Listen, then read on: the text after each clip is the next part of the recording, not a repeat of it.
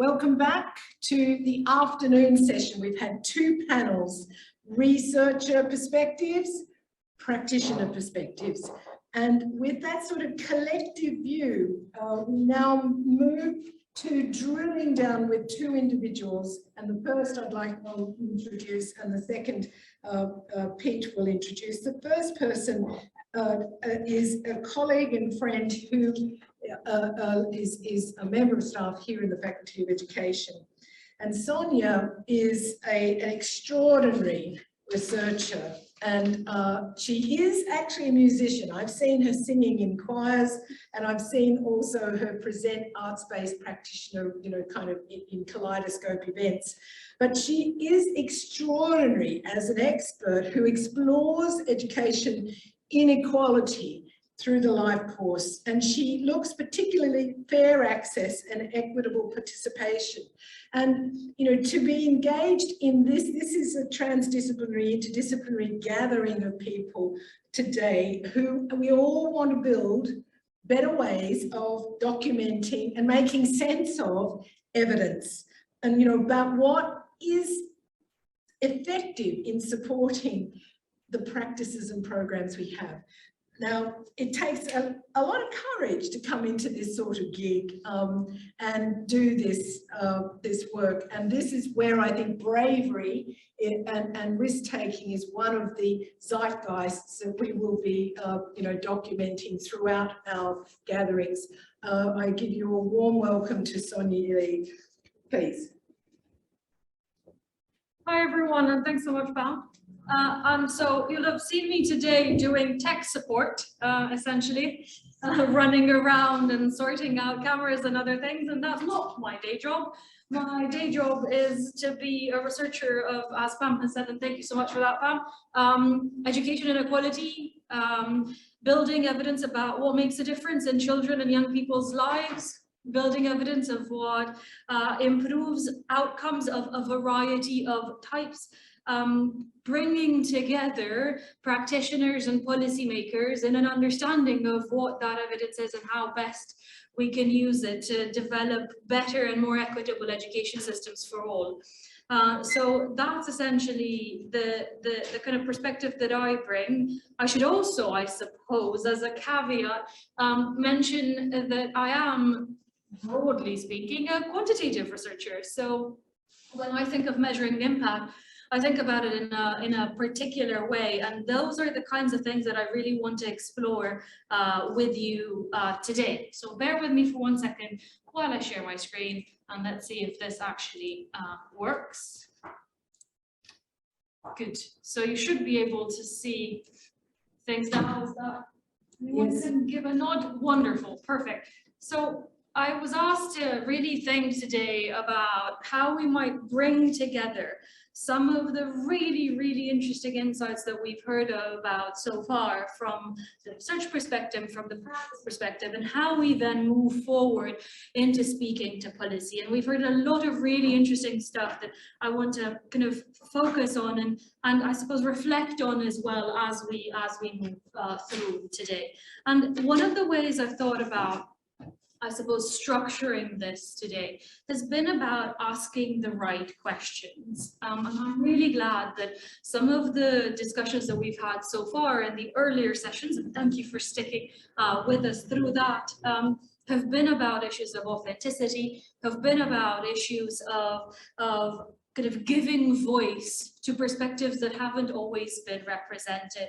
Because a lot of the work that I do, a lot of the work that I do with other colleagues here and elsewhere is precisely about that, but also about how we might embed that into a perspective about impact that then speaks to policy and speaks to policymakers and brings about systemic change.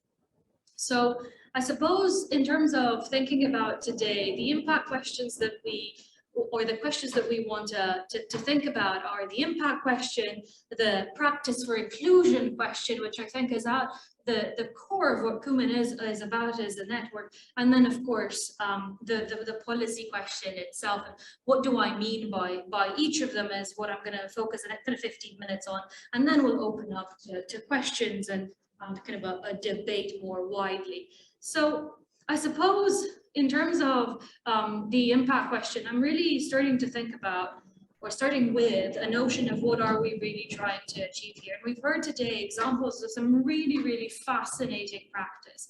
And what struck me across all of them is how actually they all shared a similar goal, a similar aim in what that activity, what those programs were trying to achieve. And in the world of evaluation, and this will be familiar to a lot of you, the tool, the instrument that helps us think about these things really is a theory of change. And that's kind of the way of speaking or helping us put into words something that often is not really tangible, and that is the mechanisms and the processes by which change happens. The ways in which our programs, our activities bring about something meaningful in the lives of the young people and children, and not so young people, of course, with whom we work. Now, interestingly, in some spaces of evaluation and sort of evidence building around program effectiveness, instead of theories of change, which allow for this sort of wider, more fuzzy understanding of activities, people talk about logic models. And I'd really like to hear from you later in today's session about whether you think that is an accurate, or could ever be an accurate and authentic representation of some of the work that you've been doing. It feels to me like logic models, although potentially useful, are often too much of an input-output type perspective, too much of a linear process, when actually what we have seen all through today is that non-linearity of process, that non-linearity of experience. And what really happens is so, I suppose, diverse and multifaceted that it's hard to capture in something that is simple, input, output. So I'm not saying that they're not useful ways of thinking about it, but actually thinking about things more broadly when we're trying to really pinpoint what it is that we're trying to achieve. I think that's really, really important. And actually, I think that's where I suppose, science of evaluation, and I love the fact that sort of Dougie was alluding to all of this earlier in the session today, really comes into its own and answers that sort of second question that I've put up on the slide, which is how best do we evidence what we've achieved?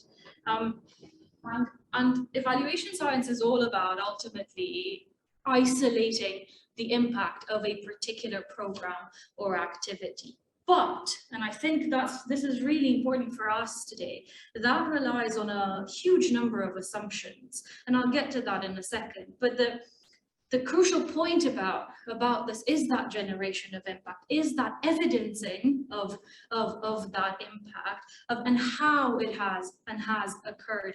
So actually what I'm thinking about is not just the impact of the program or the activity itself, but also more broadly than that. And we've heard some of our speakers today talk about the convening power of some of these programs, the bringing of people together across practice divides, across disciplinary divides, like Pam was just saying, across, I suppose, government and non-government organizations. And I think in that sense, creating and generating that evidence is what can, I suppose, expand from the impact of the program to the impact on a systemic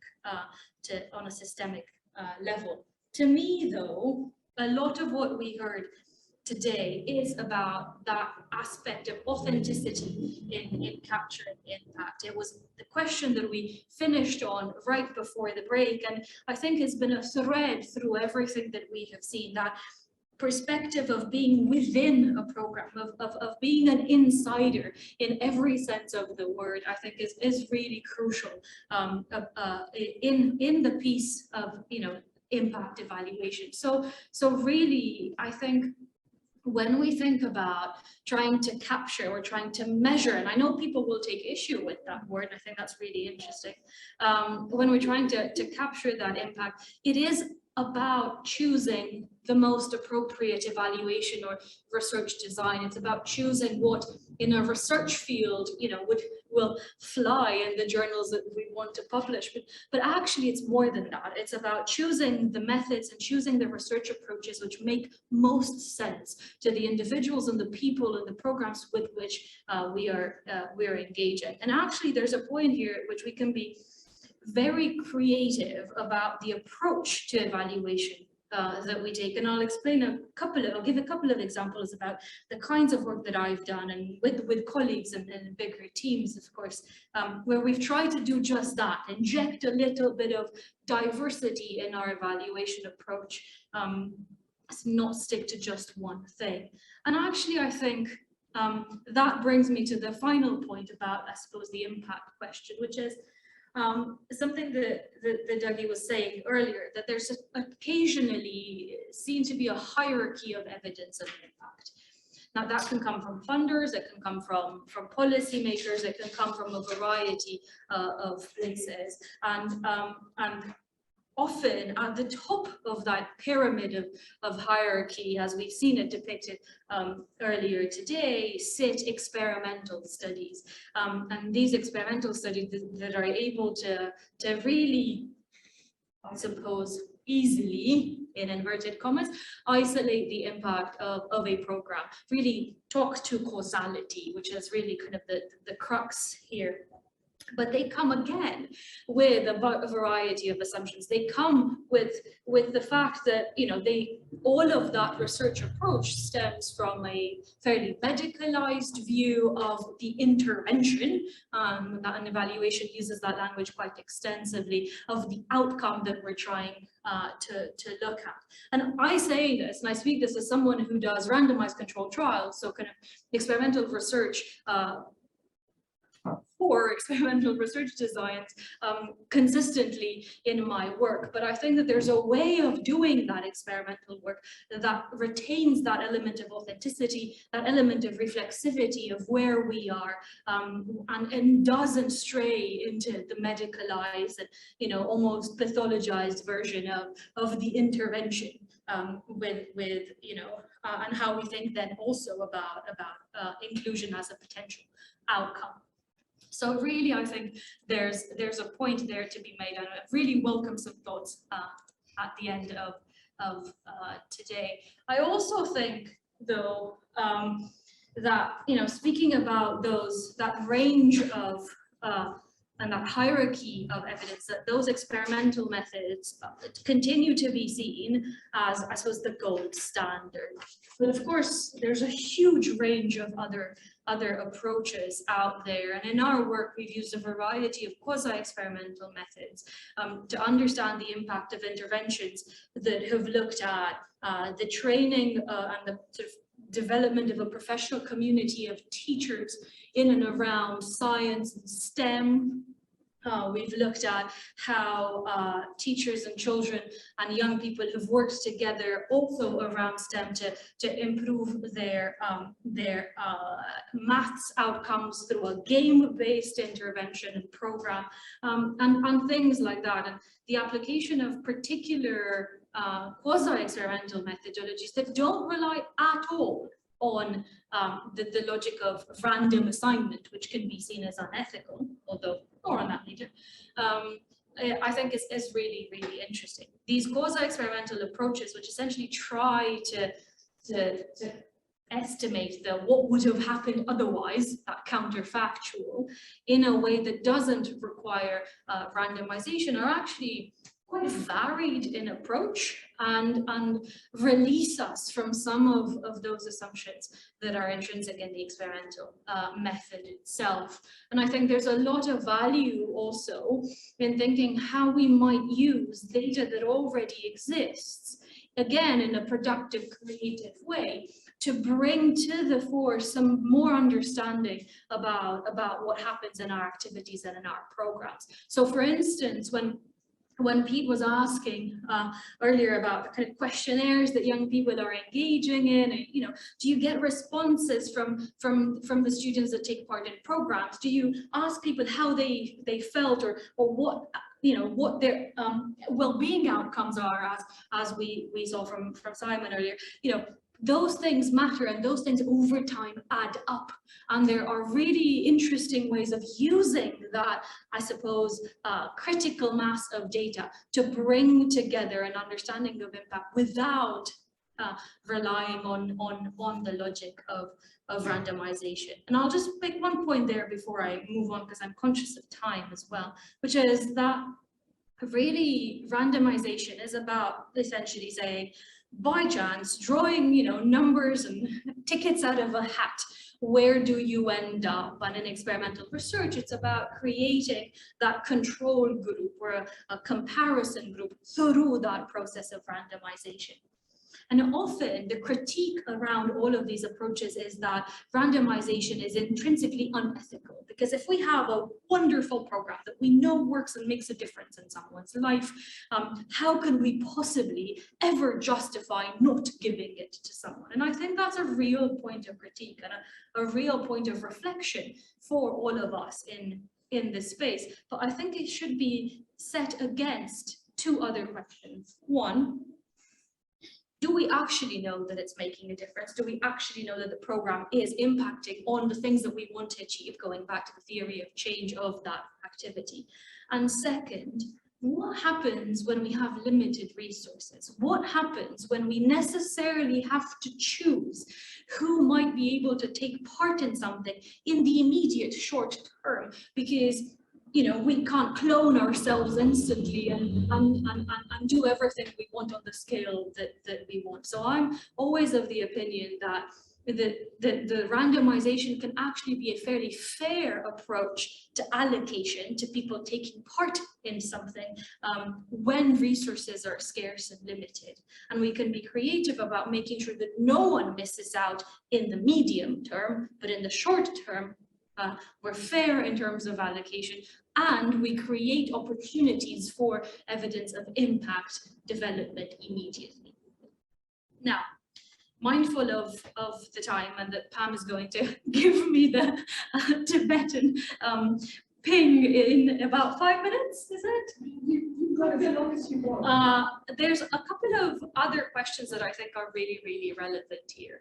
And I was saying, there's a point about reflexivity, and there's a point about trying to really be authentic to the program and the activity that we're evaluating and trying to understand. And within that, I think, therefore, that it is absolutely essential that as evaluators, we always necessarily, and as a matter of necessity, use and focus on process and focus on mechanisms of change, which means engaging in a huge range of other forms of research alongside the experimental and quasi-experimental to understand how any impact that we might be evidencing through that particular research approach is actually occurring.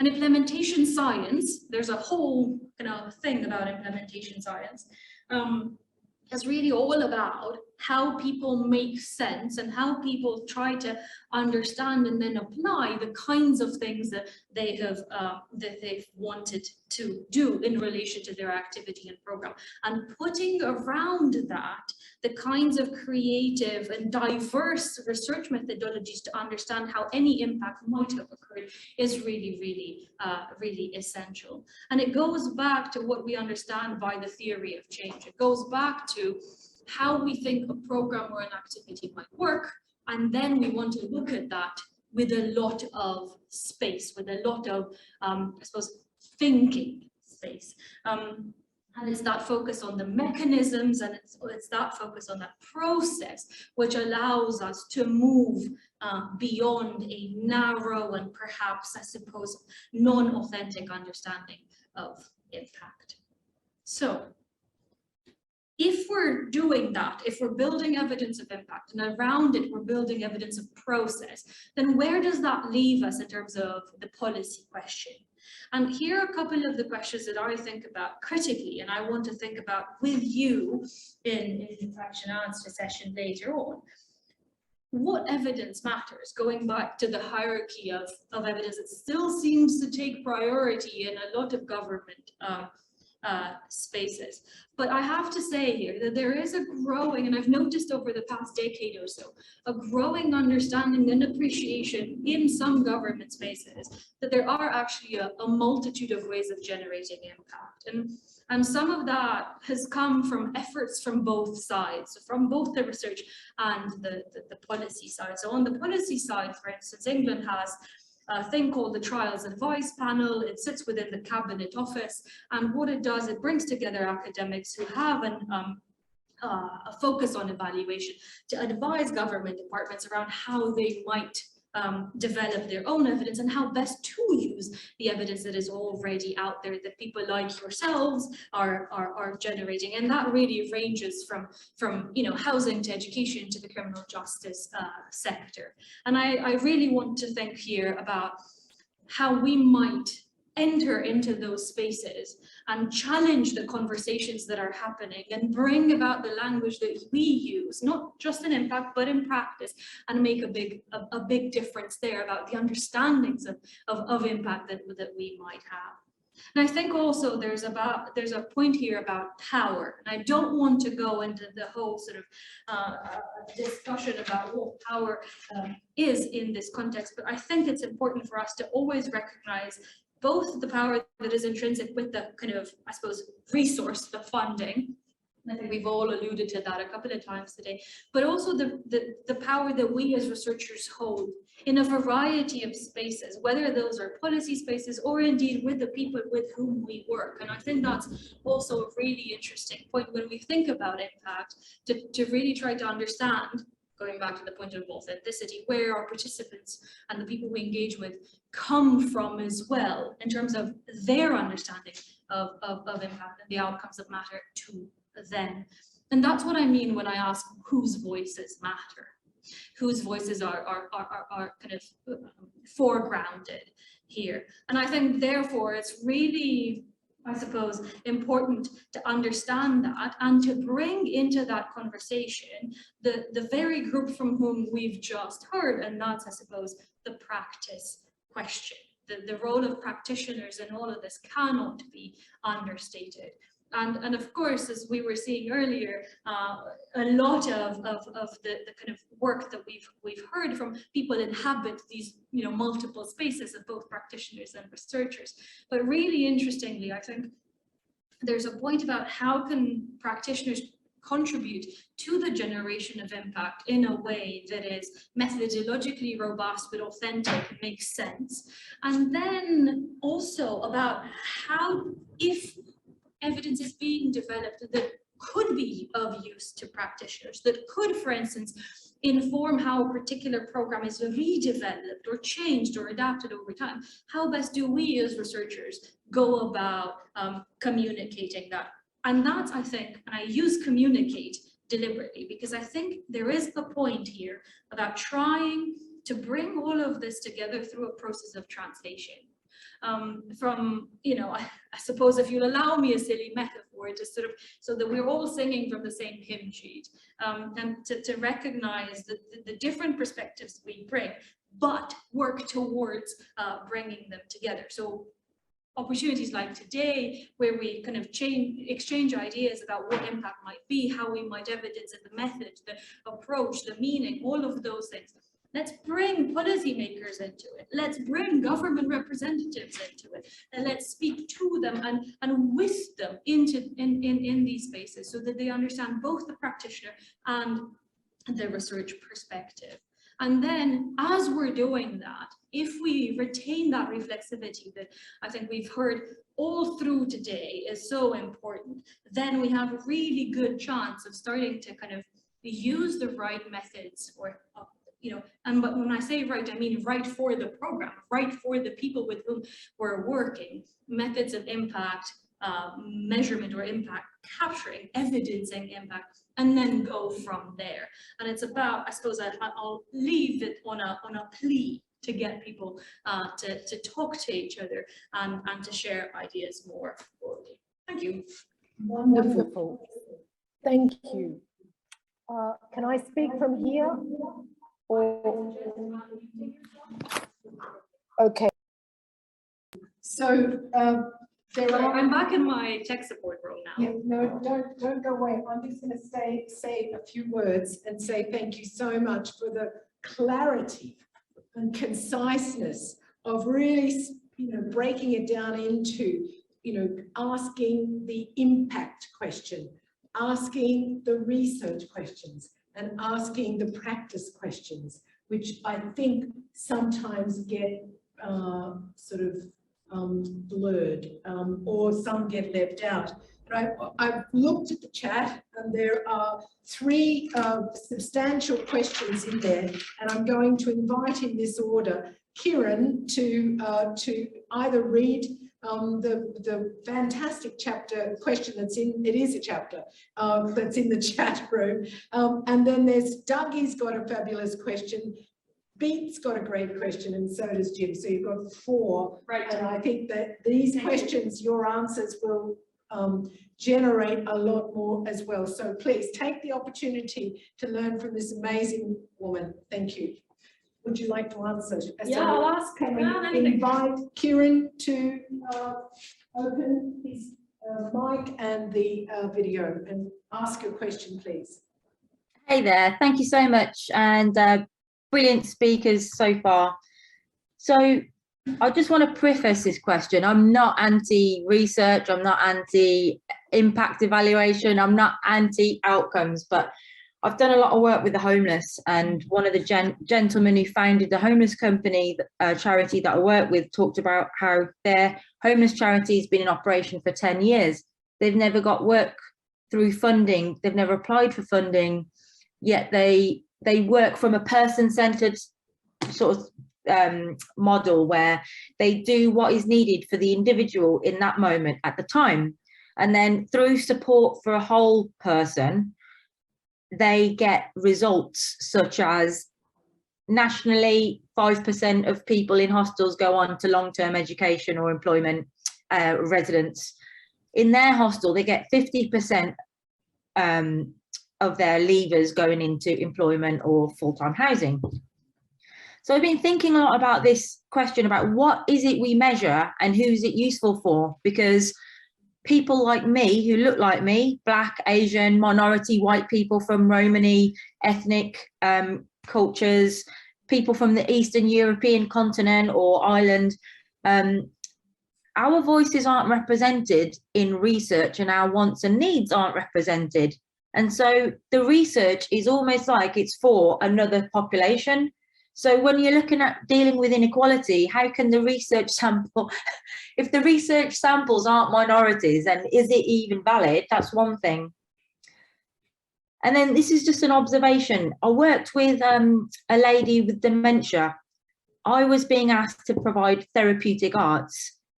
Over the course of the number of months that I was working with her, lots of other people were engaging in sessions. They were on task interacting. Now for a funder, the other people were engaged. This particular lady wasn't.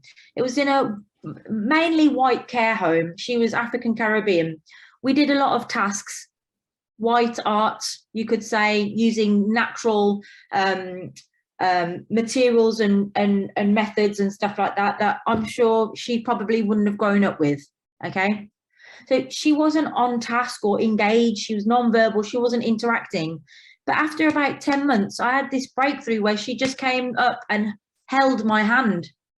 And regardless of her interaction level, I constantly invited her to get involved, spoke to her, showed her love and warmth, right? So after about 10 months, I felt like the biggest shift in the whole group was with her, because she just looked in my eyes and held my hand, and I felt love between us. And I just thought, this woman is somebody's grandmother and somebody's mother and somebody's wife.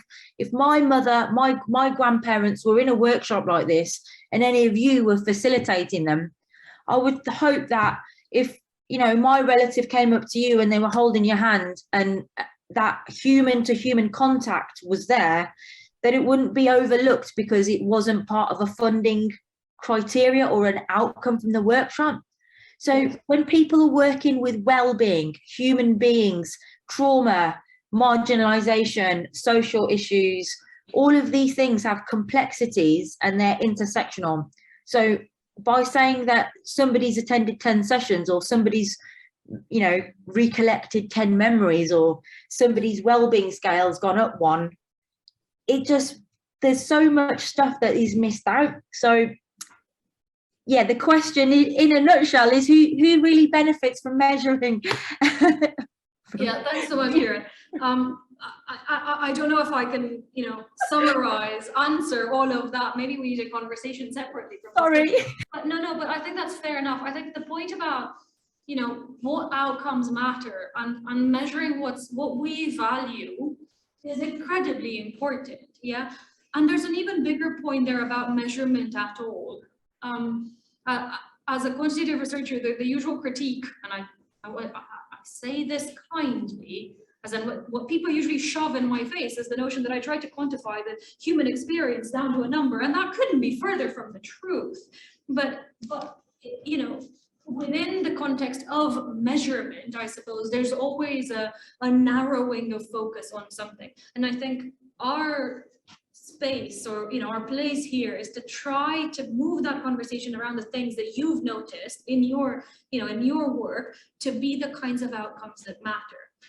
And then of course some of them will be really difficult to capture and won't lend themselves to the kind of large scale, you know, work that I don't know, DWP or whoever might want to see. So then again, it's about us engaging in a conversation with the policymakers and saying, right, for these particular types of programs, with these particular types of incredibly valuable outcomes for the individual, these evaluation approaches are not suitable. Here are the other ways of looking at things. And if we build that capacity in the policymakers and within ourselves, to be able to articulate that, I think there is some distance to be traveled to then actually say, right, well, you're not ever going to look at those kinds of things that you were describing about that kind of human interaction and connection with something through a large scale RCT, but neither should we. So I'm not, you know, I'm please don't in any way think that I'm suggesting that that is the gold standard or the only way forward. If anything, I'm saying let's be a bit more open-minded and let's be a bit more creative about how we might show that impact, but retain that robustness of approach, retain the systematicness of what we do. As researchers, we kind of have to in some sense, but do it authentically, do it with focus on the individual, do it with sort of centered on the individual. And finally, because I'm mindful of time, on samples, absolutely right. If the people that we want to work with and the people for whom we are interested in, you know, to I suppose open up opportunity without thinking of it as from a, you know, deficit perspective, are not in the kinds of spaces where we can do research or indeed look at the research or work with the research that the evidence is being generated, then you're right, we've missed a step. So, you know, one of the things that I do here is I work with colleagues in the REAL Center, and that's a research center that looks specifically at low and lower middle income contexts and works with people on the ground in schools, in communities, in education institutions, on the ground, in households and families, to try to understand the big and the small picture around education inclusion, participation, the kinds of barriers, and how best we might kind of go about alleviating some of those barriers. And I think there's a bit of learning that we can draw from that to try to apply to questions that aren't just about education. Of course, I'll think about those because that's my area, but similarly, we can, you know, expand it. So I hope that kind of captures a little bit of it, but I think we open up a bigger conversation. I'll move to Dougie, who had also, I think Pam said he has a second question. Yes. Thank you for that. Thank you so much. I just wanted to ask about what you think, Sonia. I thought that was brilliant, Sonia. Thank you. About 2 points really. One is the point you made about policymakers and how to make them listen, how to get them engaged. I think personally, I think there's a big challenge there because civil servants, ministers are often quite small c and large c conservative. And the extent to which they actually will take seriously or validate something like contemporary urban music, I think is a real issue that we need to think about. But one of the things that I think one of the ways forward there potentially, and this is I'm interested in what you think the role of CUMiN could be in this sense, is quite often when people are designing projects or applying for funding or designing evaluations, they sort of feel like they're sitting there with a blank page, or that if it's participatory, they're working with a group of people to try and understand what they want and need. But actually, there's a huge body of research, there's a huge amount of published work, both academic and in the sort of third sector, in this field and in many others, that I think we as academics, researchers, practitioners, we've got a responsibility to kind of help people pull together the sort of the lessons, the findings, the knowledges that exist there.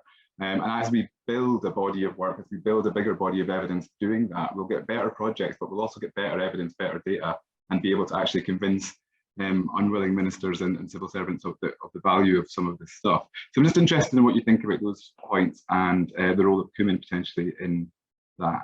Yeah, I think that's a really good set of questions. Again, I don't know if, again, I have 4 minutes to tackle them, but yeah, I think the point about kind of building that capacity for understanding and a shared understanding, I think is really important. I think it's not straightforward to do.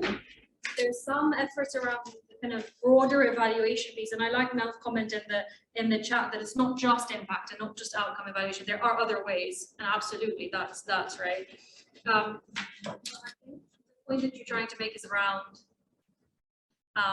the programs and the activity itself, and I think you're right. I think CUMiN has a role to play here, and I'd suggest that in what we do next, maybe at some point we bring in a policy-making audience to kind of see the richness of work that is happening and different ways of evidencing that. One of the things that we've been doing is working with the social mobility sort of opportunity area programs and trying to evidence the kind of really in-depth, small scale work that they sometimes do. So some of the programs are wide ranging for a number of schools, but other times they work with 3 to 5 learners in a very specific program. And there, obviously, there's no talk at all of any kind of impact evaluation, but there is a talk about or discussions around the kinds of impact that it has on the individual children. And I think by and large, by putting all of that into a sort of a synthesis and into and illustrating it with the voices of the people, we're looking like people in government are listening. I wonder whether we can build on that a little bit as well. But I think there's a point here about that convening power of something like this network. And I think that would be really interesting to see what happens next.